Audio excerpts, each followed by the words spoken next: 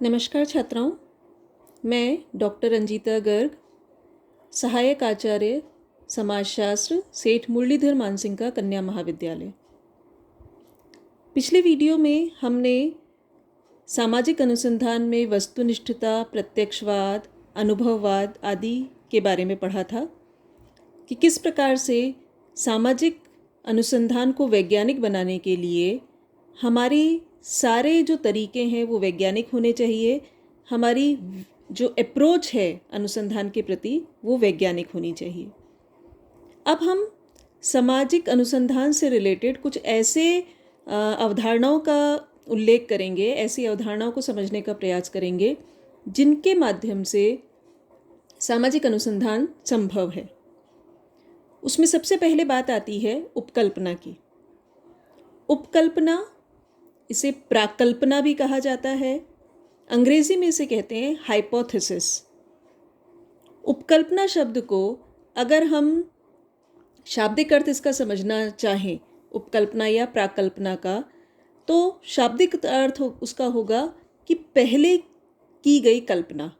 कल्पना यानी कोई इमेजिनेशन, कोई पूर्व विचार, किसी भी मुद्दे पर हमारी जो एक राय पहले से होती है उसे हम सामान्य शब्दों में, उपकल्पना को अगर हम सामान्य शब्दों में समझना चाहें तो किसी भी विषय के बारे में हमारी जो एक पूर्व में सोच होती है, पूर्वानुमान जो होता है, उसे हम उपकल्पना कह सकते हैं। जब भी हम सामाजिक समस्याओं का उल्लेख करते हैं, समाज से जुड़े हुए किसी मुद्दे के बारे में बात करने का प्रयास करते हैं, तो क्योंकि हम सब समाज के ही सदस्य हैं, हम समाज में ही पैदा हुए हैं और समाज में ही हमारी परवरिश हो रही है। हम जो कुछ भी घटित हो रहा है समाज में, उसके बारे में हम अपनी कोई ना कोई राय ज़रूर रखते हैं। अगर हम निर्धनता की बात करें, अगर आपसे पूछा जाए देश में निर्धनता क्यों बढ़ रही है, तो हो सकता है आपके दिमाग में उससे रिलेटेड एक पूर्व विचार हो। आप कह सकते हैं बेरोजगारी के कारण निर्धनता बढ़ रही है, आप कह सकते हैं शिक्षा की कमी के कारण निर्धनता बढ़ रही है, आप कह सकते हैं कि ग्रामीण क्षेत्रों में जो रोज़गार की कमी है या जो सिंचाई के साधनों की कमी है उसके कारण निर्धनता बढ़ रही है। तो हर विषय से संबंधित अगर आपसे पूछा जाए दहेज की प्रथा क्यों बढ़ रही है, तो भी हो सकता है आपके दिमाग में उससे रिलेटेड कोई विचार हो। आपसे पूछा जाए कि जो समाज में असंतोष बढ़ रहा है, युवा वर्ग में असंतोष बढ़ रहा है, क्योंकि आप स्वयं युवा वर्ग से हैं, तो हो सकता है उसके बारे में आपके मन में कोई ना कोई एक पूर्व विचार हो। जब भी हम कोई अनुसंधान प्रारंभ करते हैं, एक समस्या का चुनाव करते हैं और उसके बाद उसके कारणत्व को जानने का प्रयास करते हैं, कार्य कारण संबंधों के बारे में जानना चाहते हैं, तो हमारे मस्तिष्क में कोई पूर्वानुमान हो सकता है। यही पूर्वानुमान एक प्रकार से उपकल्पना कहलाता है। ये जो पूर्वानुमान है ये एक काम चलाऊ अनुमान है, काम चलाऊ चिंतन है, परंतु यही चिंतन हमारे अध्ययन कार्य को एक सॉलिड ग्राउंड प्रदान करता है, एक आधार प्रदान करता है और एक दिशा देता है। वास्तविक तथ्यों के आधार पर वैज्ञानिक सत्य को हम उपकल्पना के आधार पर ही ढूंढ सकते हैं। उपकल्पना का उद्देश्य विषय से संबंधित तथ्यों को संकलित करना और शोधकर्ता को मार्गदर्शन करना होता है। एक जो विद्वान है कोहेन, वो कहते हैं कि हम किसी भी अनुसंधान में एक पैर भी आगे नहीं बढ़ा सकते, यानी एक स्टेप भी आगे नहीं बढ़ सकते, अगर हम उसमें जो कठिनाइयां हैं या जो कारणत्व है उससे संबंधित कोई सुझावात्मक स्पष्टीकरण या कोई समाधान हमारे मस्तिष्क में अगर ना हो। गुडे और हार्ट जो हैं वो भी कहते हैं कि उपकल्पना अनुसंधान और सिद्धांत के बीच की एक आवश्यक कड़ी है जो ज्ञान वृद्धि की खोज में सहायक होती है। यानी जो अनुसंधान हम कर रहे हैं और उससे लेकर जब हम सिद्धांत स्थापित करेंगे, उसके बीच में एक आवश्यक कड़ी है उपकल्पना, जिसके आधार पर हम अपने अध्ययन को दिशा देते हैं। जो भी हमने पहले एग्जाम्पल लिया था कि निर्धनता का एक कारण बेरोजगारी हो सकता है आपके मस्तिष्क में या किसी भी अनुसंधानकर्ता के मस्तिष्क में जब वो अध्ययन करे तो ये एक कारण वो मान के चले। अब जब आप ये कारण मान के चलते हैं तो आपके अध्ययन को एक डायरेक्शन मिल जाता है कि अगर हमें निर्धनता को समझना है तो हमें बेरोजगारी के आंकड़े को समझना होगा, बेरोजगारी के कारणों को समझना होगा, बेरोजगारी के प्रकारों को समझना होगा, स्त्री वर्ग और पुरुष वर्ग में किस किस प्रकार से अलग अलग प्रकार की बेरोजगारी है, फिर उनमें आय का स्तर किस तरीके का है या उनमें निर्धनता कितनी है।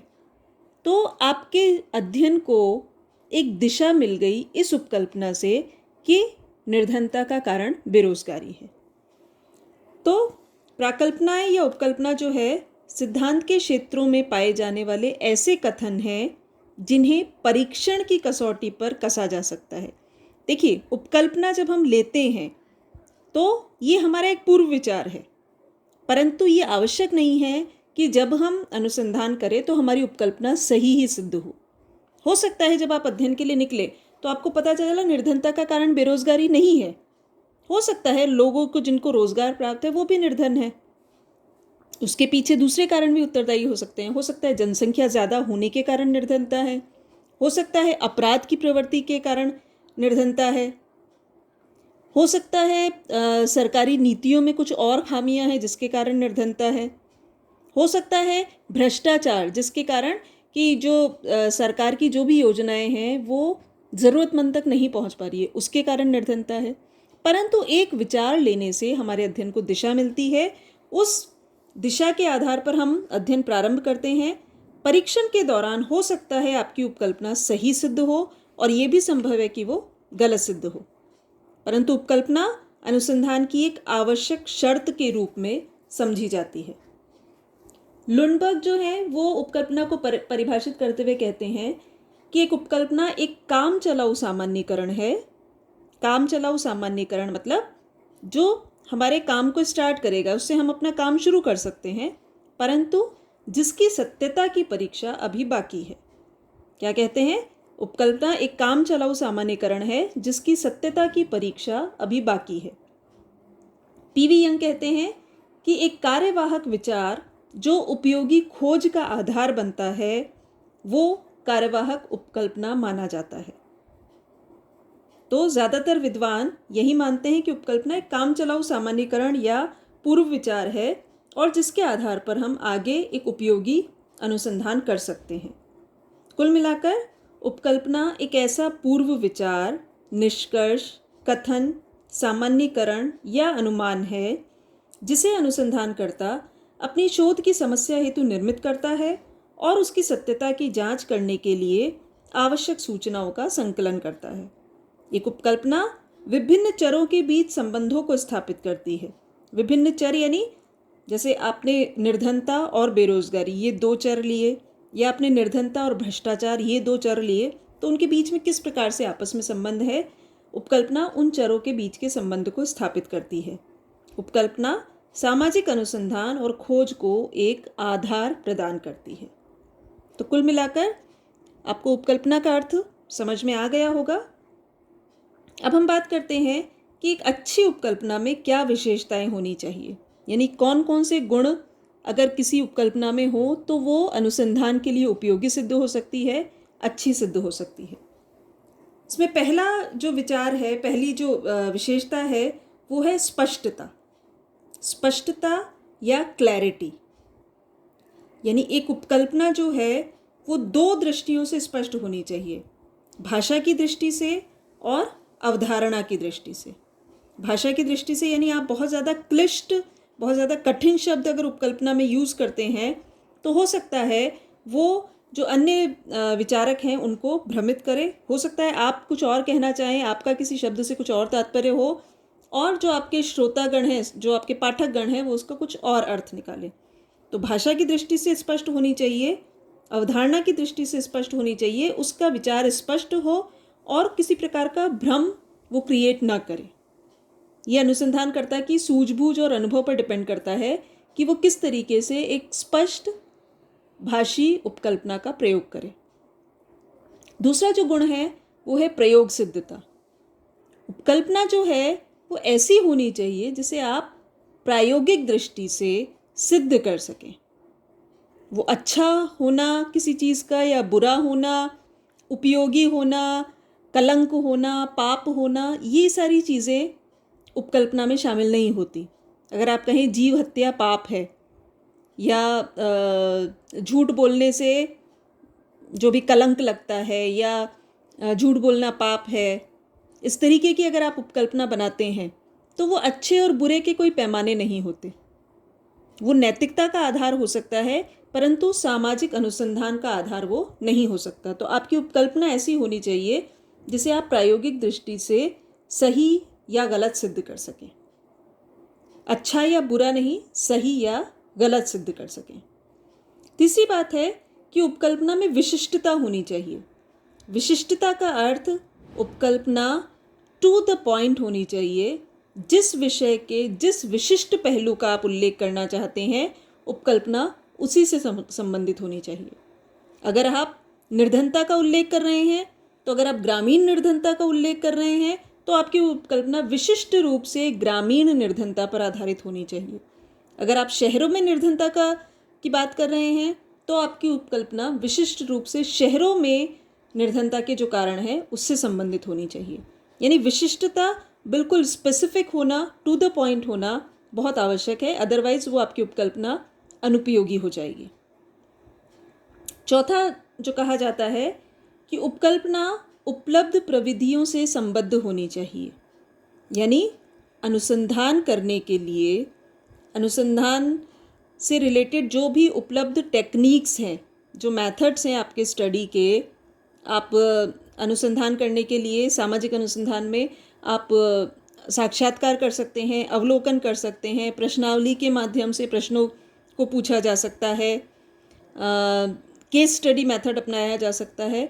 तो कुछ जो हमारे पर्टिकुलर मेथड्स हैं, उन प्रविधियों से संबद्ध ही उपलब्ध प्रविधियों से संबद्ध ही आपकी उपकल्पना होनी चाहिए, ताकि आप उसकी जांच कर सकें।